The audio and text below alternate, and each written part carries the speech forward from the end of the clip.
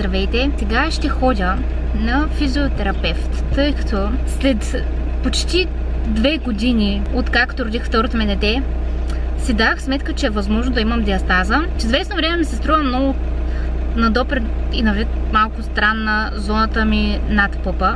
Леко като хлътване има, тъй като аз свалих много бързо килограми след второто ми раждане. При втората ми бременност имах гестационен диабет, качих само 6 кг, но след като родих месец-два някъде, аз започнах веднага да се топя и свалих 20 кг, без да е било, нали, търсено, без нищо да правя. Бях 70 или 71 кг, като щях да раждам второто ми дете и се стопих до 51. Аз 51 кг не съм била дори в тинейджърските си години. Винаги съм се въртяла така най-много около 54-56, но това ми е било като нормалното тегло, нали. След първата ми бременност, след като родих, забременях с около 63 някъде. Съответно, за това ви казвам, някъде около 6-7 кг съм качила втората бременна. Но тези минус 20 бяха много странни за мен. Аз започнах да ходя да си правя изследвания, тъй като не ми се връзваше това да съм свалила толкова много килограми. Слава, всичко беше наред. Да чукна, не съм се пренатоварвала от физически упражнения, да съм се центрирала толкова върху коремната област, но искам да ме види специалист и да ми каже какви упражнения мога и какви не мога да правя и да ми каже евентуално, нали, какво е нивото, ако мога така го нарека, на диастаза, което имам, защото мисля, че има различни, да каже колко е сериозно, колко не. Така че натам се запътвам в момента и след това ще ви разказвам. Така, излязах от физиотерапевката. Изключително съм доволна. На 27 годишно момиче, обаче така се разбира от работата. Между другото, напомни ми супер много на Антонет Пепе. По маниера и на говор и даже и по външен вид, не знам защо. Аз не следя Антонет Пепе, но не знам дали коя е все пак. На нея много ми напомни. Ама много приятна така, нали, смисъл много готина.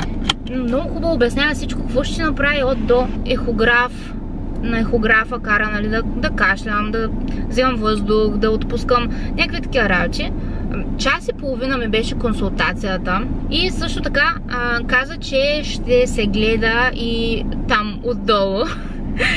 Аз не знаех, нали, нямам нищо против, в смисъл, не го очаквах, нали, но всичко окей, нямах, нали, проблем с това, но ми се стори, нали, интересно, защото тя гледа реално самите мускули, дали са тонизирани, дали има там, нали, някакви, примерно нещо, ако имаш да боли или да ти е некомфортно, нали. За час и половина консултация, аз си мислех, че поне над 120 евро сигурно ще ме вземе за консултацията, в предвид, че толкова много се стара, толкова много неща ме прави, толкова задълбочено гледа.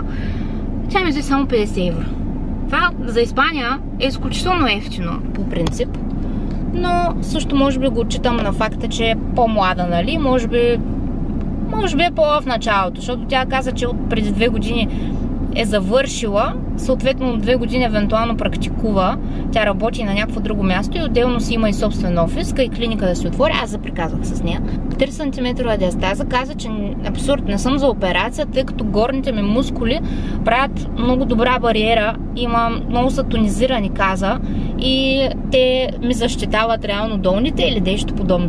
Няма да го обясня аз добре, но че това по всяка вероятност ще се коригира, да не се притеснявам. Каза да си правя упражнения каквито искам, че няма нещо, което ако тръгна да направя би могло да ми навреди. Просто да си ги усещам, да търся някакви упражнения, които да ми активират, нали, този кора на английски, the core. Не знам как се казва на български. Да, сега поне излизам успокоена, че въпреки, че имам 3 см диастаза, точно там, където и предполагах над пъпа, където се, нали, си усещам и си мислех, поне вече съм спокойна, че мога да си правя спокойно тренировки. Сега тръгвам, отивам да пазарувам, но за момента е това с моята диастаза. Има я, значи не съм била на грешен път, но ще работим по нея.